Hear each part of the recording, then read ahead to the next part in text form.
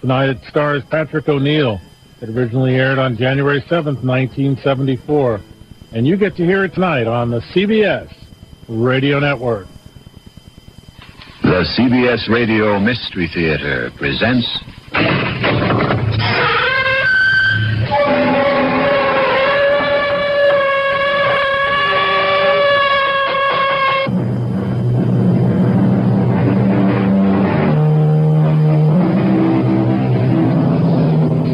Come in. Welcome. I'm E.G. Marshall. Welcome to the sound of suspense, the fear you can hear. For the next 52 minutes, we're going to take you into the world of mystery, into the world of terrifying imagination. The story you are going to hear concerns a question which has been asked since the first men on Earth were born and died. Is there a life after death? Is there a way to return from the grave? And if there is, can we come back in the body of a living creature? Even one that has claws instead of fingernails? Here is one chilling answer. Dr. Singh, you have to tell me. Could my wife have come back as a bird? A sparrow, something like that? Well, your wife was a rather big woman, Mr. Moresby, in a physical sense. How about a snake? A seagull? How about a cat? A great, big, fat cat? A cat!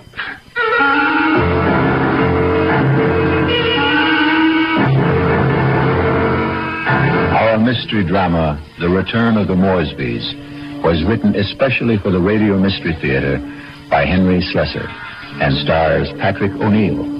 It is sponsored in part by Anheuser-Busch Incorporated, brewers of Budweiser. I'll be back shortly with Act One.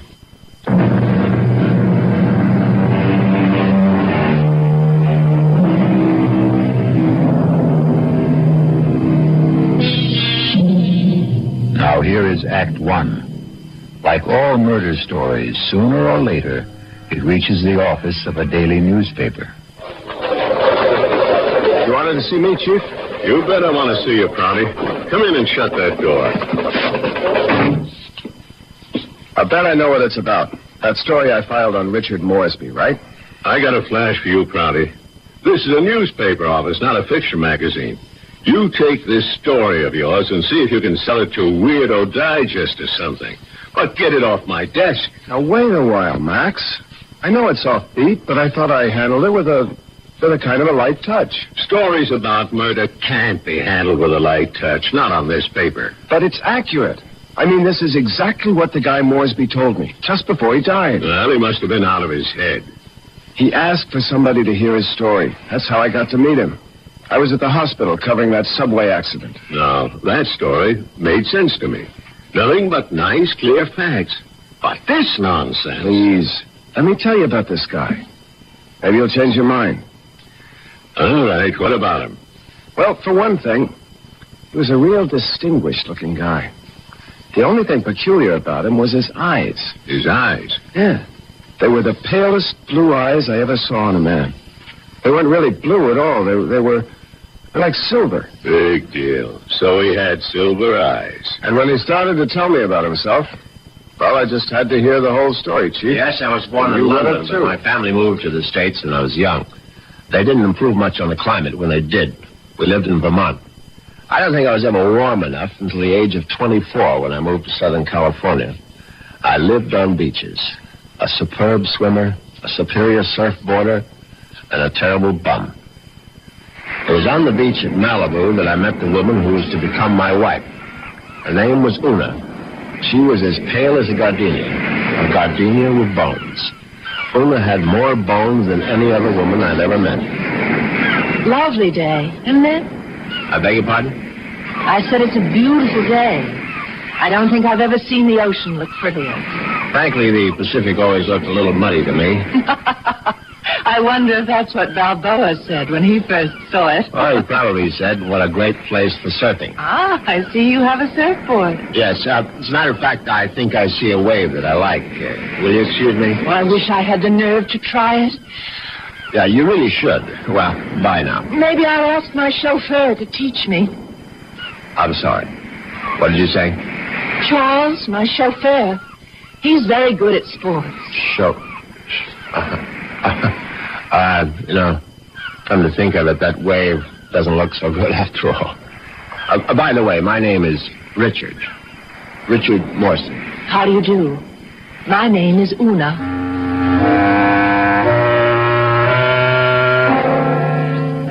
Una Vandermeyer. That was her name. As soon as I realized that she was from the Vandermeyer family, she didn't seem half as bony as she did before.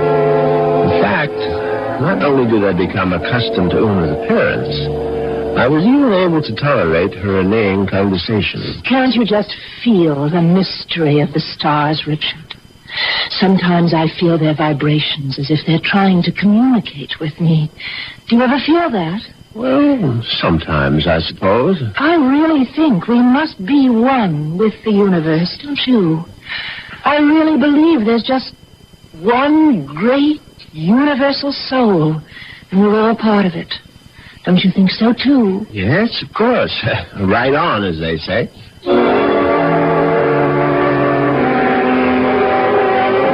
You see what I mean? She talked that way all the time. From the first day of our honeymoon. Well, it was a fine honeymoon just the same. It lasted a whole year on the beaches of the Caribbean, on the French Riviera. I got browner and browner. Una got freckles. Finally, we returned to our home in Los Angeles and settled down to a quiet, comfortable marriage.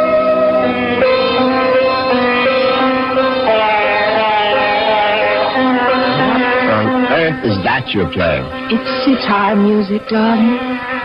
Oh, it's just so spiritual. What made you buy the record? Now, Dr. Singh recommended it. Who? Dr. Singh, at the Temple of Metapsychosis, you know. The Temple of what? Metapsychosis. I told you about joining the temple last week. Oh, Richard, sometimes I think you don't listen to me. As you may know, Southern California abounds in quasi-religious organizations. And she'd gone through a number of them without discovering the universal soul at any of their altars. Darling, please come to one of Dr. Singh's lectures. He's such a magnificent speaker. He emits such vibrations.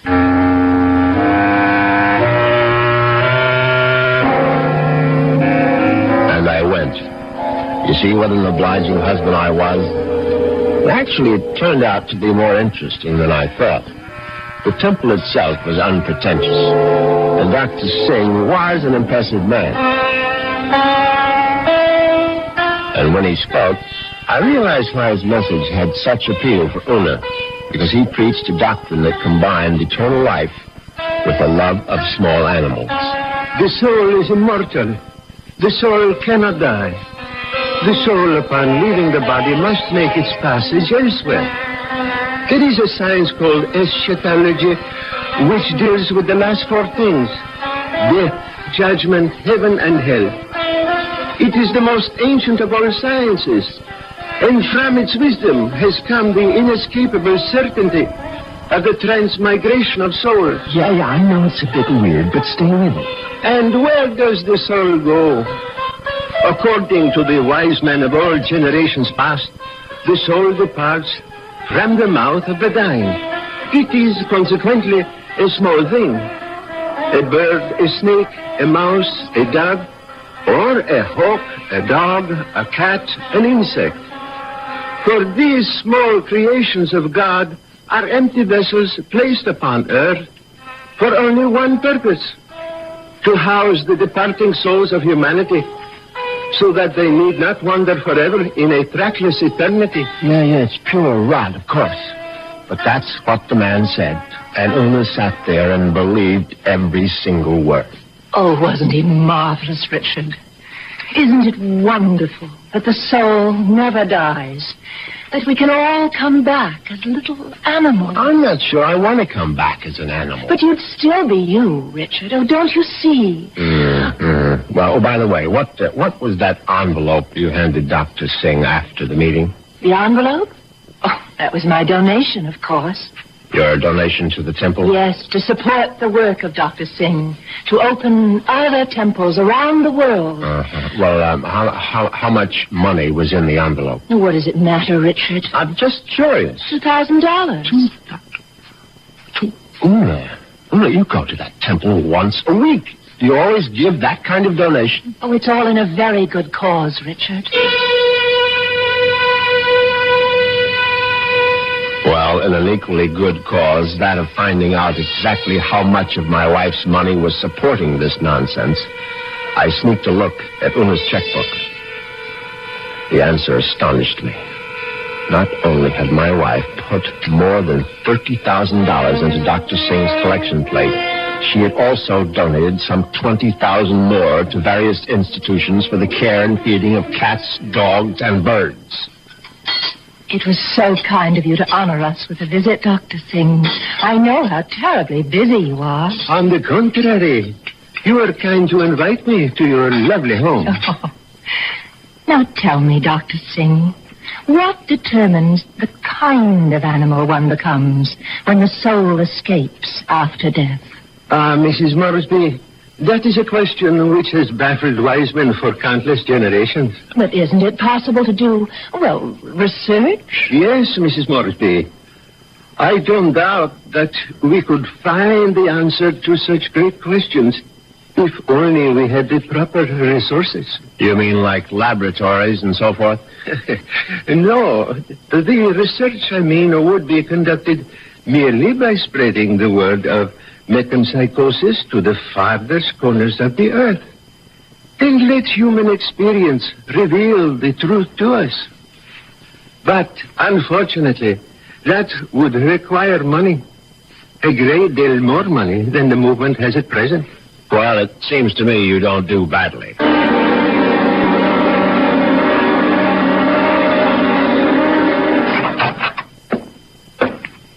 Well, there you are.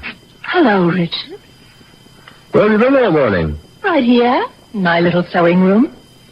Don't tell me you were sewing. Oh, don't be silly. Actually, I've been composing something. A letter? Oh, something more important than that. Richard, do you realize that I have no last will and testament? Well, why should you? Healthy young chicken like you. I can't call myself young anymore, Richard. You'll always be young to me, darling. Oh, that's very sweet. But just the same, it's only practical to have a will. Would you read it over, Richard, and see if it sounds legal enough? Certainly. Well, let's see now. I, Una Vandermeyer Moresby, a resident of the city of Los Angeles, state of California, residing at 8 Sheridan Drive, being over the age of 21 and of sound and disposing mind and memory. Darling, this is superb. Where on earth did you get the language? Well, to tell you the truth, I copied it out of Daddy's will. The one that left you $10 million? Yes. Well, I don't see how you could go wrong. Let's see now. Not acting under duress, menace, fraud, or undue influence of any person whomsoever... Good Lord. What is it? What? You're not serious about this. Oh, about making a will? Well, of course I am. I mean, this bequest to the temple, mumbo jumbo. What's wrong with it? Now, listen, darling, I told you how important Dr. Singh's work is, but it requires money to carry it on. Tons of money. So the least I can do is to help the poor man as much as I can. But you're giving him 90% of your entire fortune. Ah, you'll still have $1 million if I go first, Richard. Isn't that enough? No, it isn't. I mean, the whole thing is ridiculous. Don't you realize that man is a fraud, a charlatan? What? Oh, for heaven's sake, Una, open your eyes. Don't you realize the simple truth? Your money won't build any temples. It's just going to line the pockets of that turbaned phony. Richard, what a terrible thing to say. Well, you told me you liked Dr. Singh, that you were very impressed by his theory of transmigration. Darling, I was only saying all that to please you. But now I'm telling you that the only thing Dr. Singh is planning to transmigrate is your money into his savings account. And frankly, I'm not going to let him do it. Richard, what are you doing? You're tearing up my will. That's right. How dare you do such a thing? It's my money, and I'll do whatever I please with it. Ona, darling, I just want you to have a chance to come to your senses. Well, there's nothing wrong with my senses. I can see very clearly what the real trouble is. If I didn't leave a will, all my money would go to you, wouldn't it? Well, naturally, I'm your husband. You don't have any other And relatives. that's why you're acting this way. It's just plain and simple greed. Una, listen to me. No, it's all right. It's all right. I'm glad you tore up that will, Richard, because I realize now that I was quite wrong. Do you? Yes.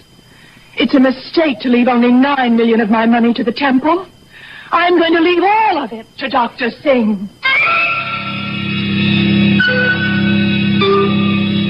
When Una actually drafted that incredible document and called our attorney for a Monday morning appointment, I realized that I had to do something very drastic before the weekend was over.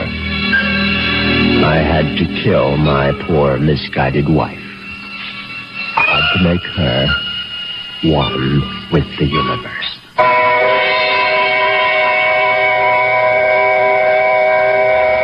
It's obvious that Mr. Moresby is going to be a very reluctant murderer.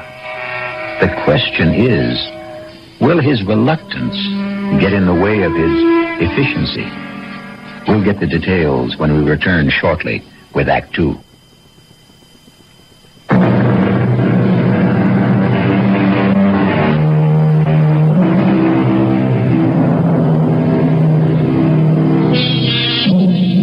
Now let's return to Richard Moresby. In order to find him, we'll have to search the highway, for Richard has taken his white Jaguar out for a spin. But there he is now. On Saturday morning, I took a little spin in my XKL and did some thinking on the open road. I didn't want to kill poor Una, of course. The whole ideal is repellent. But on the other hand, the thought of Dr. Singh spending the fortune that was rightfully mine was even more abhorrent. However, I decided I would make one more stab at a reconciliation. Darling, may I come in? It's your living room, too. It doesn't feel like it. Matter of fact, I've felt like a stranger in this house for the past 2 days. I suppose that's my fault.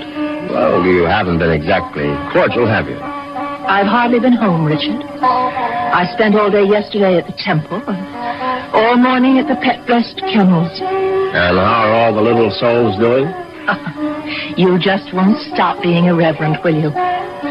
It's been my money all along, hasn't it, Richard? From the very beginning, you were attracted to my money. Oh, now, darling, if you thought that, you would never have married I me. didn't want to believe it. I don't want to believe it now. Well, now, how can I prove to you that you're mistaken?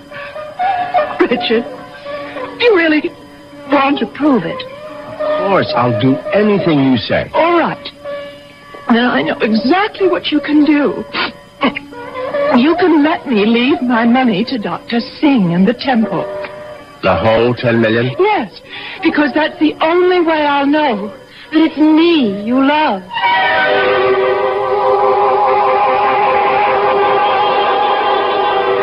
Well, you can't say I didn't try.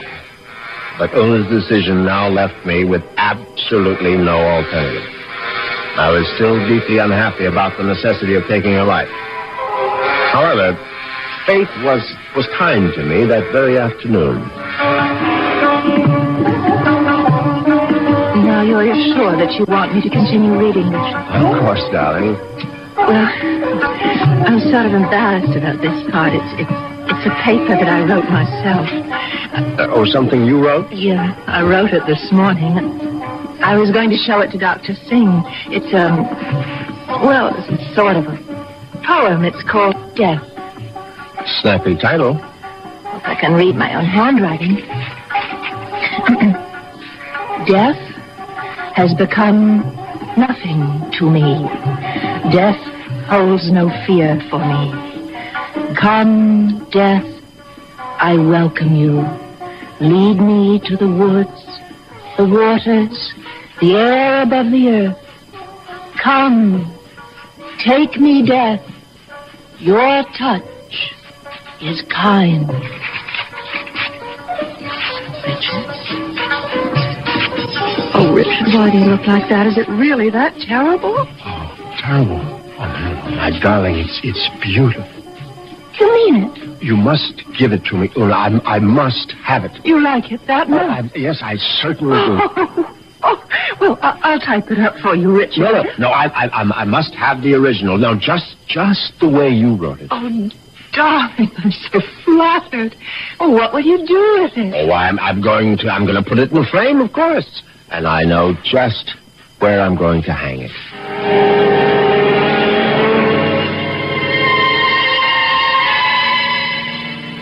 Yes, I could hardly believe my ears.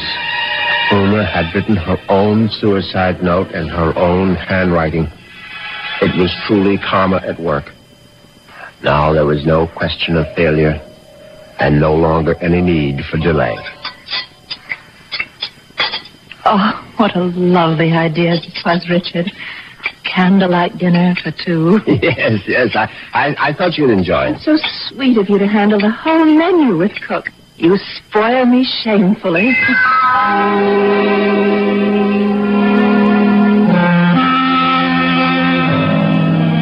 that night, I spoiled her just a bit more by bringing hot cocoa to her in bed. Oh, Richard, you shouldn't have bothered. But I know how you like your hot cocoa before retiring, Lily. You can't get to sleep without it. No, but Parker could have brought it to me. Oh, no, this is something I had to do myself. Yeah, drink it down now. Yes. I'm drinking it. Does it taste all right? Oh, it tastes just fine.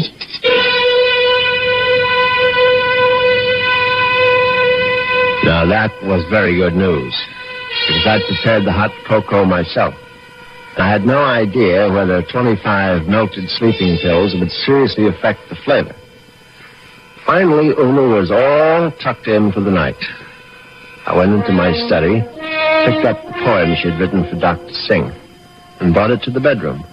I placed it carefully on the night table beside her. Then I bent over my sleeping darling to see if she was getting along all right. She was very, very quiet. And then a dreadful thing happened. Una opened her eyes. Richard. Oh, Richard. Hush, darling. Now go back to sleep. Richard, I'm sick. No, my love. No, you're only sleepy. Cocoa tasted so strange. I didn't want to upset you, Richard, but I'm sick. No, you'll feel much better in the morning, Una. I promise you. Tomorrow morning, you'll be one with the universe. Richard, that paper. What paper, darling? Here's my poem. My poem for Dr. Singh. What's it doing there? I was just reading it over, darling, that's all. And bottle of my sleeping pills. Oh, it's empty. The bottle is empty. Oh, Richard. What have you done? Nothing, darling, nothing. Now, just go to sleep. Cocoa. You put sleeping pills in it. All of them. Don't try to get up, Una. Please, now, don't. Trying to kill me. Trying to murder. No, for heaven's sake, Una, now stop saying things like that. Do you want the servants to hear? Help somebody. Help. Now, come on, lie down. Lie down, Una, for heaven's sake. Come on, now, lie down. Lie down. There, now. That's better. You won't get away with it. You won't get away with it, Richard. I promise you. Anything you say, darling. I'll come back, Richard. You know I'll be back. Yes, of course. Just welcome death, Una. The way you wrote in your little poem. I'll be back. I swear it. Oh.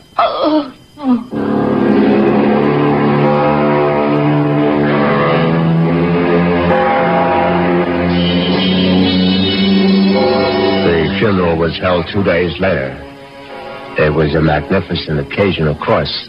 I gave Una a farewell that was consistent with her vast fortune. Everything was the best. Coffin, flowers, preacher, everything. Her burial place was one of the choicest bits of real estate at Forest Lawn.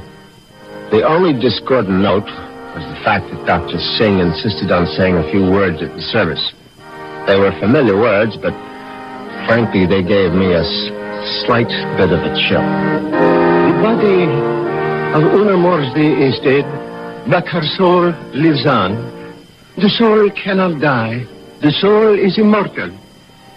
It has left the earthly remains of this woman and has sought the body of a small living thing. There it will abide until the Almighty is ready to choose its next home. Mourn not the end of Una Moresby, for there is no end. I couldn't help congratulating myself on how well everything had gone. When I called for medical attention the night of Una's death, the physician was only too ready to declare her a suicide. The police had to be informed, naturally, and they, too, agreed with the doctor's verdict. Una had died by her own hand, and she had died without a will. There was simply no question that the matter would be probated in my favor. Suddenly I realized I was not only rich, but a rich widower. What vistas opened for me?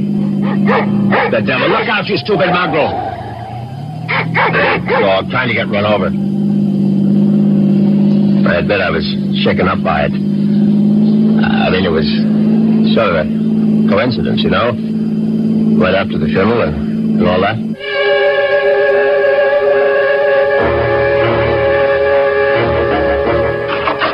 I was very glad to be home again, you can be sure. Excuse me, Mr. Moresby. Yes, Parker? Cook is worried about the raccoon, sir. The what? There's been a raccoon at the kitchen door all morning, and Cook is badly alarmed, I'm afraid. I've tried to scare it away, but it keeps returning. A raccoon, for heaven's sake? Why don't you just shoot it and make a coat out of it? I was wondering if you wished me to call the game warden, sir. Oh, please, Parker, do whatever you please about it. I'm going to take a nap. Yes, sir. Very good, sir.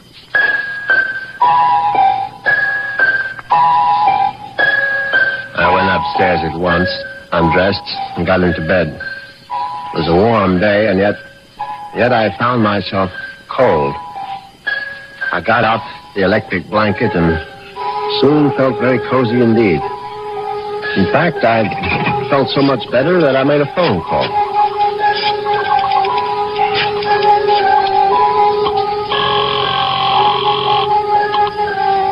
Hello? May I speak to Rachel? Thank you very much. Hello, Rachel? Yeah, who's this? Rachel, you probably don't even know my name, but it's Moresby, Richard Moresby. Huh? Who? You met me at the club numerous times.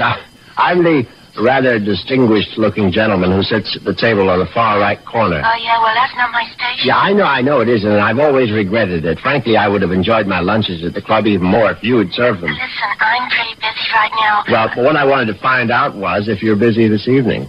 Oh, what'd you have in mind? A little, quiet dinner, perhaps? Is that all you had in mind? Why don't we just wait and see? I can pick you up outside the club whenever you're free. Yeah, how I know it's you. I mean, I'm still not sure which gentleman you are. I'll be sitting in an XL Jaguar. Do you think you'll recognize it? A Jag? I get off at 6:30. See you then.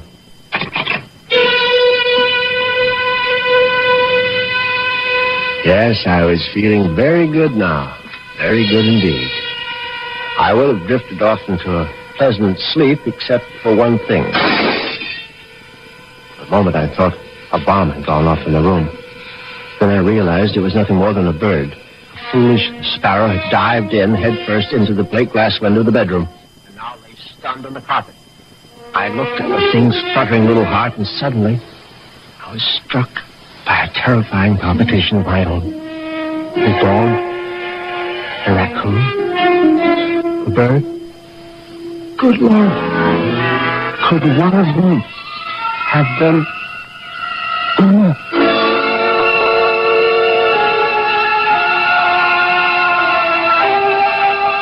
Has Una Moresby returned from the grave? Nonsense.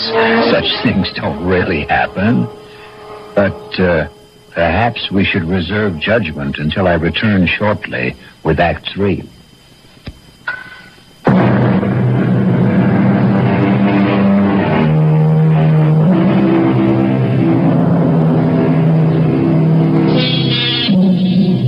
Now let's see if common sense has returned to our hero. He's doing a sensible thing right now. He's taking a good, refreshing shower.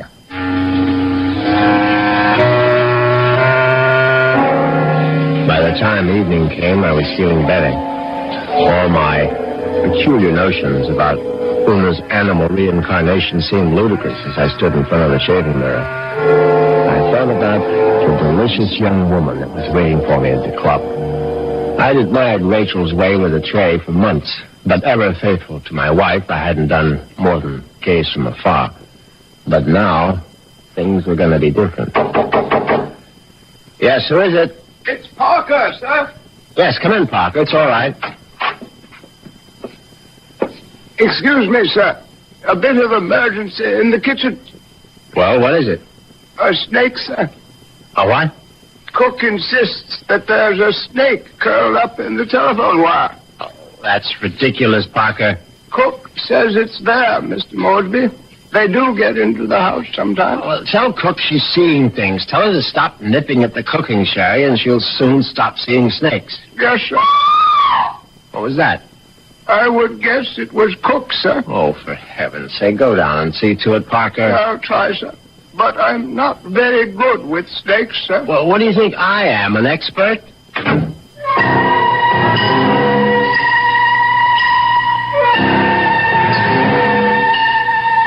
But that wasn't the end of it. 10 minutes later, Parker was back upstairs saying that the snake had left the kitchen and run into the living room. No, I suppose snakes don't run, they slither. It slithered into the living room and was now embracing still another telephone wire, obviously mistaken. He likes me to earn extra money. Yes, I see. So, just to make the story look good, I guess you'll have to lend me a few dollars after our date. Yes, of course. And listen, I really do remember you, Sugar. You're the handsome one with a cute bald head. See you soon.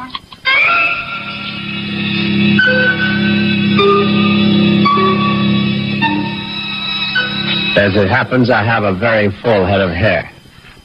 But distressing as Rachel's telephone call was, an even more disturbing thought intruded. The snake was in the telephone wire. What if the snake had been trying to listen in on the extension phone?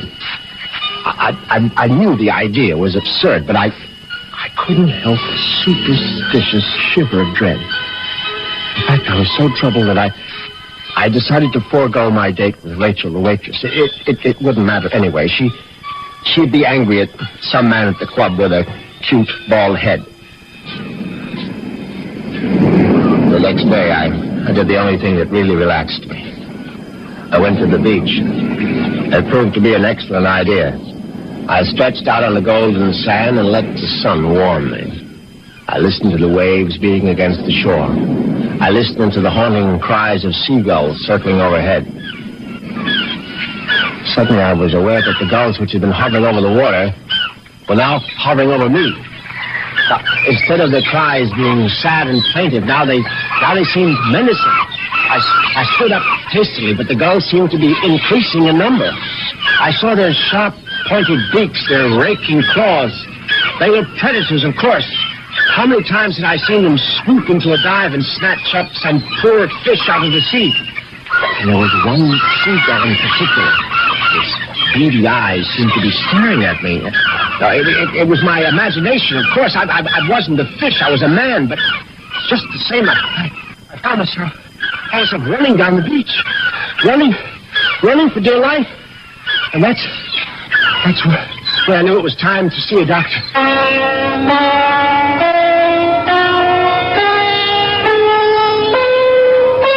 Yes, Mr. Moresby. I'm very pleased that you honored the temple with your presence. I'm grateful that you're willing to see me, Dr. Singh. I realize that, well, you You've had a disappointment. A disappointment? I'm afraid I don't understand. I know my wife made certain promises to you concerning her will. I believe she mentioned some modest donation. She wasn't in her right mind, of course. I mean, when she took those sleeping pills. Yes, it was very sad. I trust that she has found the peace and happiness that she sought. Frankly, that's what I wanted to talk to you about. I mean, about whether you really believe that my wife is, well, that she's some kind of animal right now. But of course I believe it, Mr. Moresby. I don't merely believe. I'm positive. When your wife passed from this world into the next, her soul made its escape. Yes, I know how it goes, but what I'd really like your opinion about is what sort of animal do you think she might be now? I told you, Mr. Moresby, we have no way of knowing. But can't you take a guess? I mean, you said it might be influenced by a person's karma. Am I quoting you right? Yes. The kind of person she was in life may well determine the kind of animal she is now. Your wife was soft. Your wife was gentle. Your wife was independent in spirit. Now, what animal does that remind you of? I don't know. I can't think. Then go home and think about it, Mr. Moresby. Go home and try to be one with the universe. I went home, and I tried to be one with the universe. And when that didn't work, I tried being one with a bottle of scotch. I was still in the library, asleep in the big leather chair, when I heard the noise in the cellar. I simply had to investigate. I looked into the cellar and found that one bare bulb wasn't enough for a thorough search. I found a flashlight and went down the cellar steps. First there was nothing I could see. But then, an empty oil can. Swiftly, my flashlight picked out the culprit. At first, I thought it would turn out to be a mouse, but instead, it was a large, white cat. I don't like cats. I never have. Skulking, cynical creatures. When the beam of my flashlight hit it, the cat froze. I saw it was an alley cat. Its fur shaggy, its eyes baleful in the light. It was fat, and yet it was bony, too. I said scat, but it didn't scat. Instead, it started to walk toward me. And I knew for certain what Dr. Singh had meant. I knew for certain I was looking at the reincarnation of my wife. As soon as that hideous apparition howled at me, I made a cowardly dash for the cellar door. Once I was on the other side, I remembered the hunting rifle that Una had given me for Christmas. It stood unused in an upstairs closet. I found it. I loaded it and brought it back to the cellar. I hadn't fired a rifle since boyhood. I stood on the top of the stairs with my flashlight picked out the ghostly white form of the cat. I put down the light, raised the weapon, and squeezed the trigger. The report was deafening, but the recoil was worse. My precarious balance on the top step was lost. I fell to the bottom.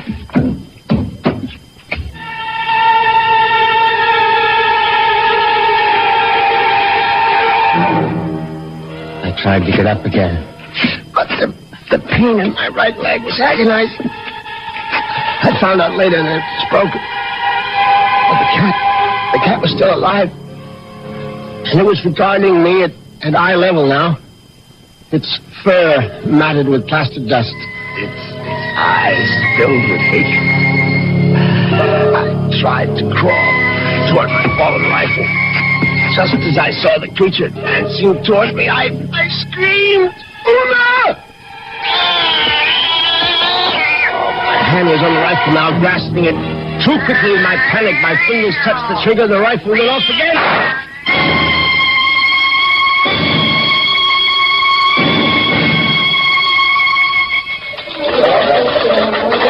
Well, that's how Moresby ended up in the hospital, Chief, with a broken leg and a bullet in his hip. And then he died. But I think he was telling the truth. You could see it in his eyes. His silver eyes, right? Yeah, his silver eyes. And you really believe that the guy's wife came back as a cat to get her revenge? What does it matter? It's still a good story. Sorry, Prouty, I can't okay it. Well, what if I got more details? What if I talked to this Dr. Singh? If I went to the Moresby cellar and found that cat? And what would you do then? Ask her if she's Mrs. Moresby? I still think it's worth a try, Chief. I tell you what, Prouty. What are you doing for lunch? I hadn't thought about it. Well, think about buying my lunch. You? There's a pretty good restaurant right around the corner where the Moresbys live. Now, we can get a bite there and then check out that cellar.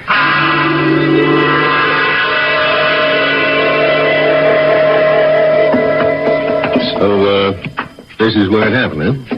Moresby fell from these steps when he fired that rifle. Hey, you can still see the plaster dust where the bullet hit. Yeah, I see it. But I don't see any white cat. It might be hiding someplace. Or it might be a figment of his imagination. Maybe so. Hold it. Did you hear something? No. Listen. There it is. Look. It's a cat, all right. And it looks like it just found its supper. Oh, that mouse is still alive. Yeah, but not for long. Look at it squirm. He's eating it. Yep.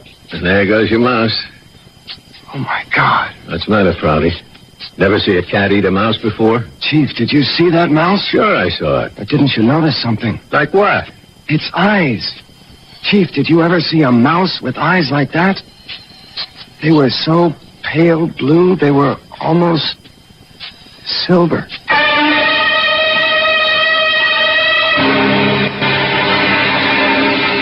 And so the cat and mouse game comes to an end. But according to Dr. Singh, there is no end. Perhaps Richard Moresby will have his turn next in another afterlife. I'll be back in a few moments.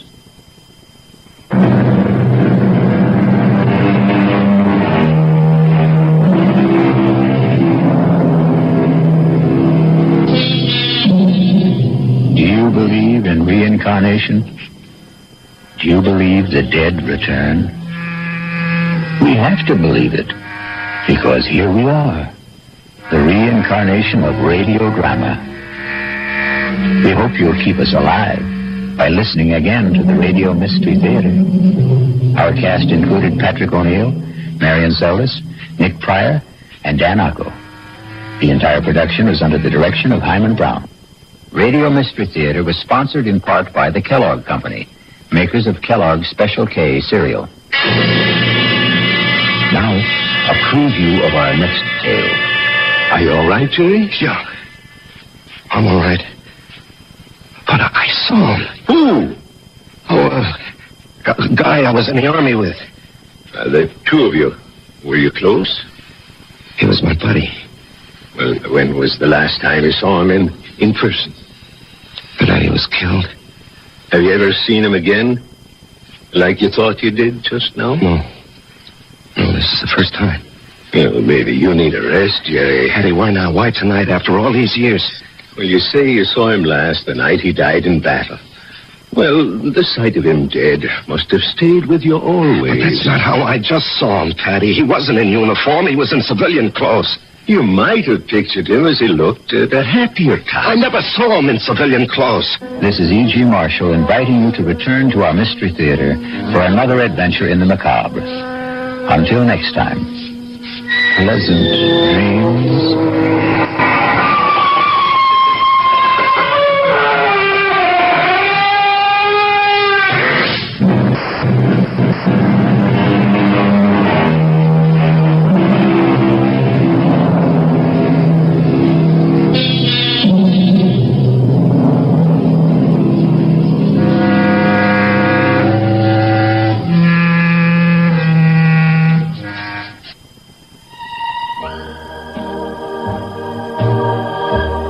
The CBS Radio Mystery Theater, tonight's episode featured the return of the Moresbys with Patrick O'Neill, show number 2, January 7th, 1974. Show 3 tomorrow night, The Bullet, stars Larry Haynes, January 8th, 74, off CBS.